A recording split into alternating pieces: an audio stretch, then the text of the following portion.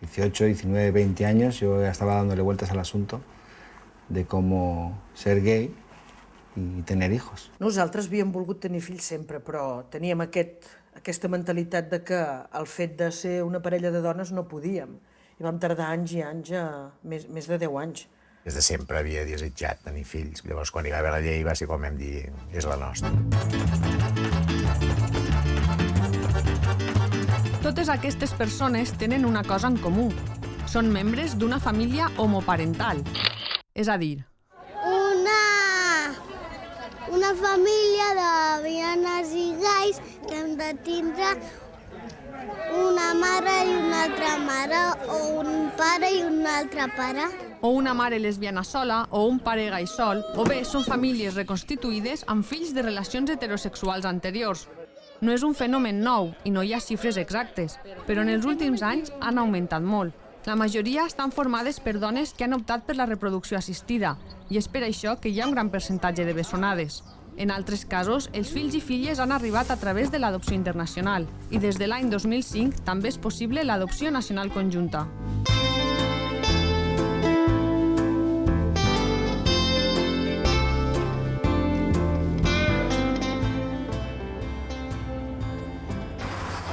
Jo tenia moltes pors, jo em plantejava molt que què passaria, que si els acceptarien, que si al seu entorn hi hauria un entorn homofòbic que els provocaria rebuig. Em feia unes pel·lícules impressionants i això em tenia molt agobiada i això em frenava. Ho vam haver d'explicar a l'estanc, a la panaderia, al lloc on anàvem a comprar les hamburgueses, i al principi la gent, com que el que té és por del desconegut, s'ho agafava una miqueta així, però al cap de 2 dies de parlar amb tu, de veure que ets una persona absolutament normal i que la teva opció sexual no té per què importar, doncs ho van acceptar molt bé. Per totes aquestes famílies, l'acceptació social ha estat una de les seves màximes preocupacions. La visibilitat és un dels seus reptes, però el primer i més important ha estat aconseguir formar la família. Ens vam fer la inseminació un diumenge a les 11 del matí, vam veure com arribava la moto amb el potet. Això la primera filla. La primera, la filla, clar. I després vam pensar que ja que havíem tingut una, perquè no en podíem tenir una altra, no? Més endavant, i ja que teníem 2 panxes, doncs... L'altra panxa. Que cadascuna pogués tenir-ne una i van venir 2. Va!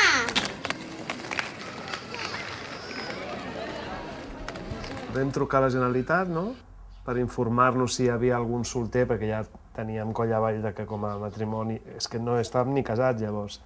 Si hi havia algun solter a Catalunya que hagués adoptat, ens van dir que sí, i bueno, així es va començar a moure. Tota l'estona anaves pensant... Ostres, se'm notarà la ploma?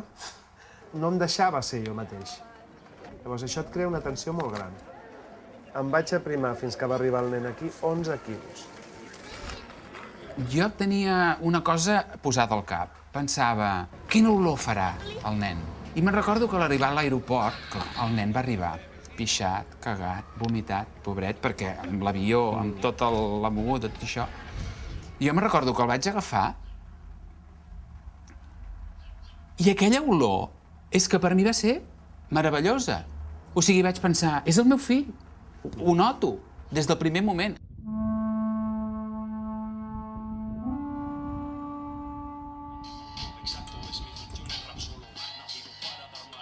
Vam provar les dues vies, la inseminació i l'adopció, i de fet ho anàvem fent les dues coses paral·lelament. El que passa és que totes les vegades va sortir abans l'adopció que no pas la inseminació.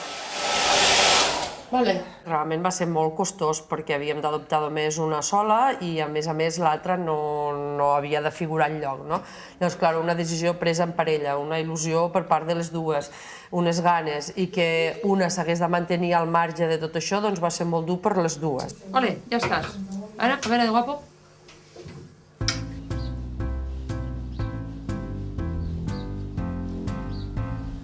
Agafa't una. Vam mig parlar-lo, no?, que ens feia... Bueno, que ens agradaria poder adoptar un nen amb problemes o malalt, entre cometes, no? Perquè l'Arnau no està malalt, té una síndrome que és molt diferent. I anem-hi. La nostra necessitat de ser pares, conjuntament amb la necessitat d'un nen amb problemes, que li és més difícil tenir uns pares. Suposo que això conjuga bé. Ens truquen un dilluns, aquí a casa, jo estava sol, el Jacint estava treballant i em truquen. Carles, tal, mira, que demà de matí heu de baixar de l'hora a Barcelona, que hi ha la proposta del vostre infant. Pum, ja ens penges el telèfon i t'agafen unes tremolors, vale? I un plorar una cosa i dius, estic jo aquí sol, no puc dir-ho a ningú. Un pelit. La sensació, primer no t'ho acabes de creure. Quan el tens i saps que està amb tu i que estarà amb tu... Ja no t'ho creus quan va sortir per aquella porta, que el portaven allà la infermera amb un biberó, diu, vinga, té, agafa-li, dona-li el biberó, tu allà, dona-li el biberó, dius, no pot ser, no pot ser.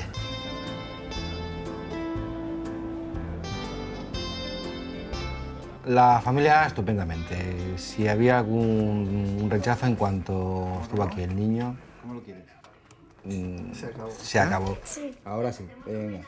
No que hubiese rechazo, estaban preocupados cómo íbamos a desarrollar la paternidad. Sí. Venga, hasta luego. Ahora muy bien. Incluso la gente muy mayor, aquí en las Canarias hay gente muy mayor, están encantadas con él, con nosotros. Se han ofrecido muchas veces a quedarse con el nano, si nos hiciese falta. La seva mare era jo qui s'havia quedat embarassada i em trucava cada dia a veure com anava, com estava, et trobes bé, ens feia sopetes, ens cuidava, ens mimava, bueno, era impressionant. Es va embolcar moltíssim. I una il·lusió impressionant, perquè de sobte de pensar que no serien mai avis, va haver-hi aquesta il·lusió de ser avis. Ja sóc l'avi més orgullós.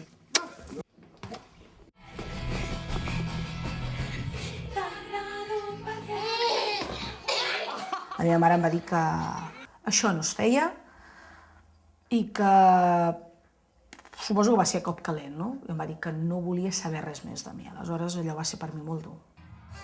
Els meus pares no van venir a l'hospital quan jo vaig parir. Han vist a les nenes... Una vegada. Dues vegades, perdó. Dues vegades. I no les han tornat a veure més. I ja està. Han desaparegut del mapa.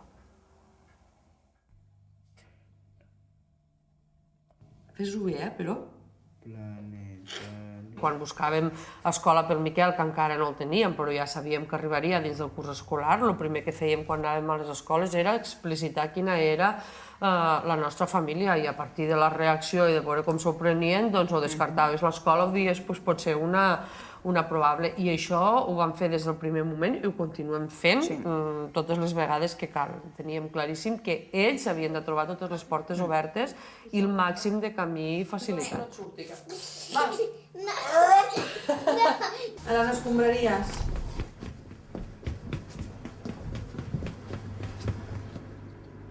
Tanca la porta.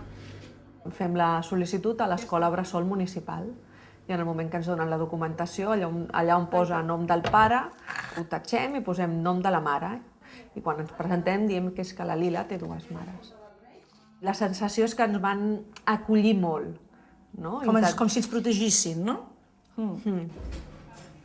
Després, amb el temps hem sabut que la mestra es va dedicar a dir-li a tots els pares, quan nosaltres no hi érem, així fluixet, que és que la Lila té dues mares.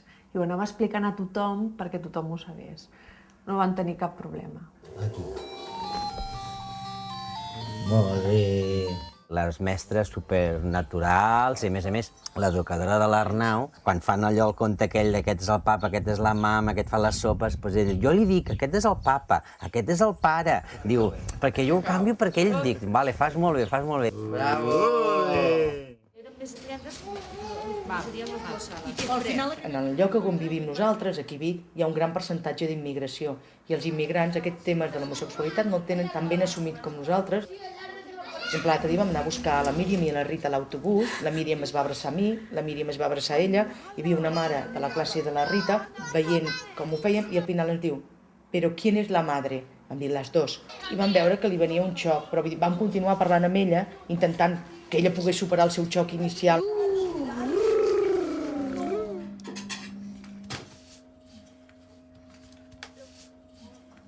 Me'n recordo d'un cas d'un dia que anava pel carrer i una veïna, una persona ja d'una certa edat, al veure'm amb el nen petit, va dir, ui, ese niño? I li vaig dir, és el meu fill. I em va dir, ui, diu, i el sabreu cuidar tan petit?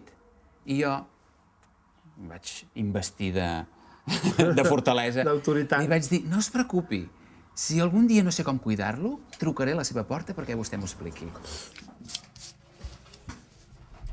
Qui fa de mare i qui fa de pare? Cap fa de mare i cap fa de pare. Fem el que podem.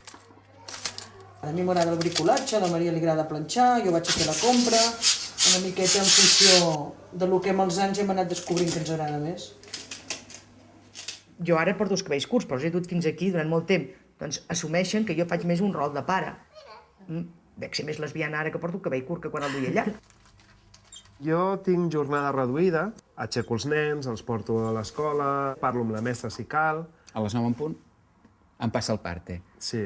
Com s'ha llevat el Dani? Com s'ha de ser què? I en quant a la feina de la casa, la intentem repartir entre tots. La roba més és ell cosa meva. I la cuina més jo. Sí, I el perquè anar ell no en sap. No sé, segons ell, jo no sé rentar la roba. La feina més grossa, doncs, o la deixes per fer, o la fas quan dormen. No tens masses opcions, tampoc, eh? Si vols tenir fills, t'espaviles. En aquest cas, doncs ens hem espavilat.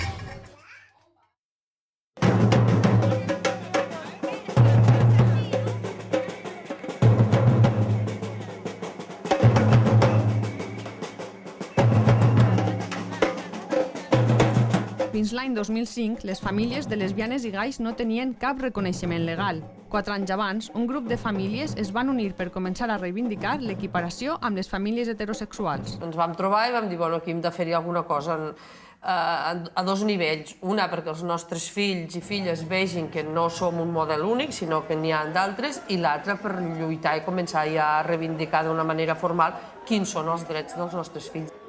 La desprotecció era molt gran. Només una de les mares o un dels pares constava legalment com a tal. L'altre no tenia cap dret. La Mercè era la figura absent. A efectes legals no era ningú. Absolutament ningú. Va ser sortir de l'hospital i anar-nos amb el notari. Estàvem molt acollonides. Clar, si el Basil no era fill meu... Ell no el podia acompanyar mai al metge, ni podia disposar... Si jo no hi fos, per exemple, alguna intervenció hagués d'autoritzar alguna cosa. Que a l'hora de la veritat tot anava bé, perquè tu ho explicaves i la gent ho entenia. Sí. Però a nivell legal, si ell hagués mort, doncs el Basil no hagués quedat sense pare. Jo aquí no hi ha gens una mica de tonyina. Vols més tonyina? Què m'ha fet la... Apa, ja hi ha tonyina. Vam haver de registrar com a fill meu amb els meus cognoms. I una cosa que era dura, no?, inventar-se el nom d'un pare, perquè per llei havia de constar en la partida de naixement. Com que jo em dic Maria, li van ficar sí, com a nom de pare, Maria. Depenia de la bona voluntat d'un jutge el que passés si ens passava alguna cosa. I això ens preocupava moltíssim. I després va venir el somni. Presento en nom del Govern el projecte de llei que conté diverses modificacions del Codi de Família i que té com a objectiu el reconeixement i la regulació de l'adopció per part de parelles homosexuals. Comença la votació. Quan el 30 de març del 2005 el Parlament de Catalunya aprova la llei d'adopció conjunta i vam anar totes dues amb el Miquel. Per nosaltres va ser molt important, i jo suposo que per ell també, perquè en aquell moment ja li vam començar a explicar que a partir d'aquell moment les mares serien les dues mares legals. Ho veieu? S'estira, es fica aquí. Vam poder adoptar els nostres fills, jo adoptant en Jordi i ell adoptar les bessones. La Valèria ens ho explica. Vam plorar tant quan ens ho van concedir, però tant. Les tendres de morera blanca. És el que menys ens esperàvem, potser malgrat haver lluitat tant, que passés tant d'hora, tan bé, i amb tan bona predisposició. Veieu? Ha estat el millor regal que la vida ens ha donat.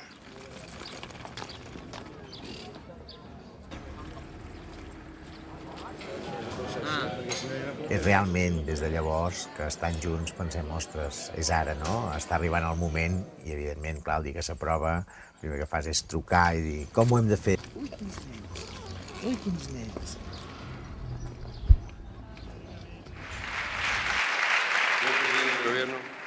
Gracias, señor presidente. Reconocemos hoy en España el derecho de las personas a contraer matrimonio con otras de su mismo sexo. Després la llei del matrimoni. És que a sobre ens podíem casar, però és que allò que dius, ostres, finalment, aquí te'n dones compte de lo molt que havies assumit que eres un ciutadà de segona. Se trata de un pequeño cambio en el texto legal. Se agrega apenas un escueto párrafo en el que se establece que el matrimonio tendrá los mismos requisitos y los mismos efectos cuando los contrayentes sean del mismo o de diferente sexo.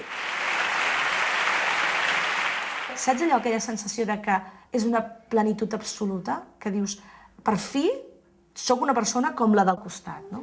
Mira, van a comprar com les mames i vosaltres, al súper. Passa la pàgina. Vols passar la pàgina?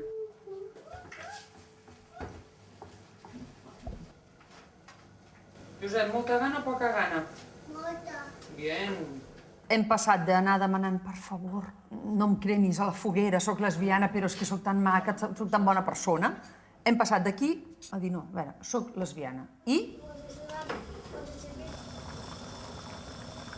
Te pasa muchas cosas por la cabeza, la ilusión de decir, vale, pues ahora sí me puedo casar, y dices, ¿de blanco o de negro? Venga, vamos a comer.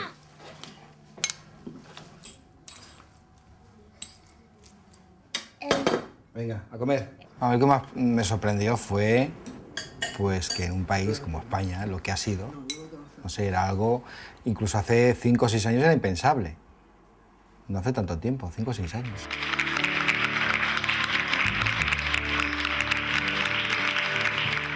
Vam passar de la il·legalitat al reconeixement i a la legalitat, sobretot pels nens. El Basil ho vivia amb molta il·lusió, perquè per ell no era només que ens caséssim jo i ell. Ens casàvem tots. És que ens casàvem tots 4. Vas mirant les cares que fan tots. Ma mare plorant. I dius, estan emocionats? El que vaig sentir per dintre era algo que havia estat esperant tant de temps, perquè nosaltres quan ens vam casar portàvem 20 anys junts. 20 anys muntant la família. Sí, sí. I ara podem dir, doncs, tenim una família legal, com tothom.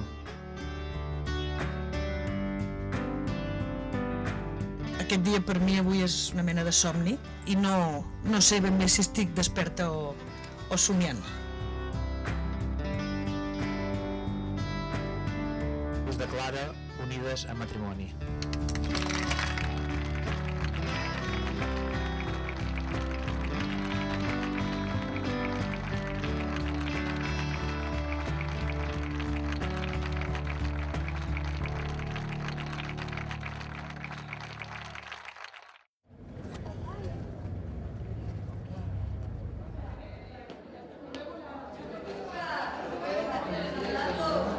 Ahí están todos. Una vegada aconseguits els canvis legals, l'Associació de Famílies Lesbianes i Gais de Catalunya continua molt activa. També se n'han creat altres punts de l'Estat. Un dels objectius és que grans i menuts puguen compartir experiències i per això organitzen trobades de manera periòdica. Te dan ideas. Exactamente, siempre es enriquecedor compartir tus experiencias, escucharlas de otras personas. És el mateix que podria ser amb altres parelles que tenen fills, que de fet també ho fas, però bueno, en aquest cas doncs, bueno, compartim més coses. No? Ens aporta també una vessant lúdica, no? Tenir un moment per trobar-nos amb altres persones que estan en la mateixa situació que nosaltres. Sempre havíem volgut tenir més famílies com la nostra. El que passa que les anàvem buscant i no les trobàvem. Cuando vuelves de uno de los encuentros con las familias, vienes más fortalecido.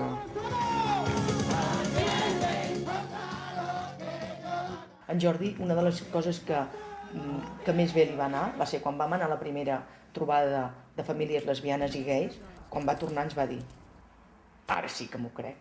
Era veritat. Ara sí que m'ho crec. Era veritat, perquè no coneixia ningú. Realment hi ha altres nens que tenen 2 mares i 2 pares. Venga, preparados. ¿Listos? ¡Ya! He venido porque a mis madres les hacía mucha ilusión venir aquí. No conocía tampoco a más niños de mi edad ni nada. He venido porque me han traído mis 2 padres. Me he encontrado con algo que no me esperaba. M'he trobat amb molta gent que té més o menys el mateix cas que jo. M'he trobat amb gent una mica més gran que jo, que m'ha ajudat molt. A mi aquestes trobades sempre m'aporten que... Per mi sempre són molt terapèutiques, no? Perquè jo m'he sentit molt sola sempre. Perquè jo tinc una edat que jo quan tenia l'edat dels adolescents que hi ha aquí ara, doncs no coneixia ningú en la meva situació, quan era més petita encara menys, no? Jo als 16 anys vaig començar a dir-ho amb els amics i em costava moltíssim, i avui li dic a un, i d'aquí mitja li dic a un altre, i era un gran secret, ¿no? Desde pequeñita a todo mi círculo amistoso lo decía como lo más normal del mundo y nada, yo creo que es tener suerte con la gente con la que te encuentras. ¿Qué hace? Si algo explica a mí, pues decir, al de eso está. Yo nunca explico nada hasta que no me pregunten. Sé a quién se lo tengo que decir y a quién no. Pero si lo tengo que decir no hay ningún problema. Porque mi vida és com la de qualsevol otro chico o chica. Aquestes trobades són també un espai per a la reflexió. En aquesta ocasió es van presentar les conclusions dels estudis més recents sobre famílies lesbianes i gais. I hi va participar María del Mar González, que fa més de 15 anys que investiga aquest tema. Estas son familias que se lo han pensado mucho, que no han llegado de penalti a ella, no han llegado así por azar, sino que han buscado ser padres o madres, lo han pensado mucho, le han dado muchas vueltas a la decisión. No está en la orientación sexual de sus progenitores la razón de que sus hijos crezcan bien. Claramente son familias que tienen como valor a compartir con sus hijos el respeto a la diversidad y la tolerancia, y sus hijos lo son. Eso dicen nuestros datos, son más tolerantes que sus compañeros, son más capaces de comprender la diversidad.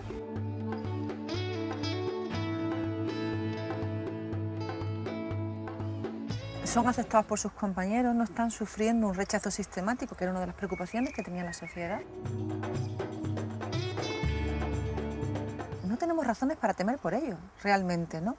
Pero ni por ellos, ni por otros chicos que viven en otro tipo de familias no convencionales. Los hijos de gays y lesbianas son heterosexuales y homosexuales en la misma proporción que los hijos de heterosexuales. Però encara hi ha qui pensa que els fills i filles de lesbianes i gais també seran homosexuals. És una xurrada com una catedral, no? Bueno, jo, per exemple, no ho soc, de lesbiana, no? Igual que hi ha moltes lesbianes que venen de famílies heterosexuals, no?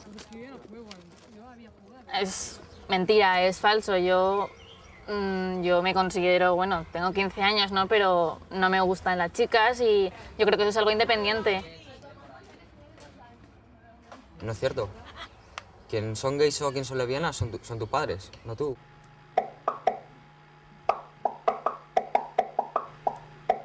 Que siguin Cap com problema, siguin. que siguin el que vulguin, però que siguin feliços. L'únic que en tot cas et faria cosa com a mare, pues, que en algun moment poguessin sentir rebuig de la societat. Bueno, com les nostres mares han patit per nosaltres. Molt bé! Super! Els estudis de tot el món són coincidents. No hi ha diferències significatives entre aquestes criatures i les que creixen amb un pare i una mare. I en l'àmbit legal, les famílies de lesbianes i gais a casa nostra ara ja tenen tots els drets, però encara no està tot fet. Jo diria que el que falta és sobretot la normalitat social, la visibilitat. No, un altre. Que es vagi integrant en l'imaginari de la gent que una altra manera de ser família és formada per dos mares o dos pares, no? I que no passa res.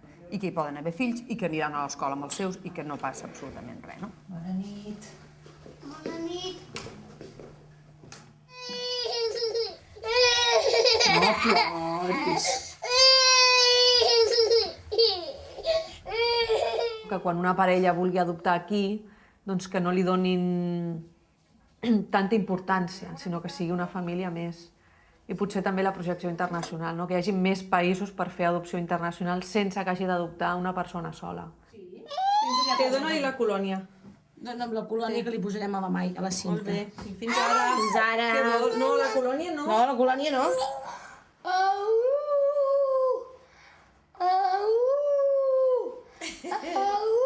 La Míriam ja ho sap! Molt bé!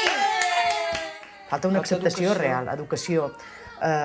A vegades penso que la llei va anar més avançada que la societat en algunes coses. Va, fica. S'ha de fer un treball de base, s'ha de fer un treball en el que la gent entengui que hi ha molts models familiars, no només el nostre, i que tots són respectables, i per normalitzar s'ha de canviar el llenguatge, no es pot parlar de pare i mare només, sinó que s'ha de parlar de les dues mares, dels dos pares, d'aquella mare sola, dels nens que viuen amb l'àvia. Sí? Apaguem el llum, eh? Bona nit.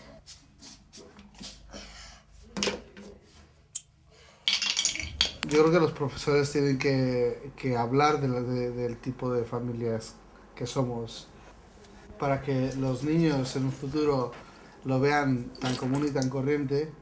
No me gusta usar la palabra normal. Lo tienen que escuchar de sus profesores, que son un referente para ellos. Bona nit. Que la gent sigui més normal, no? Que et vegi com una altra persona més del món, que té tots els mateixos drets que ell, i que, bueno, que cadascú té la seva manera d'estimar i la seva manera de formar una família, la seva manera de funcionar.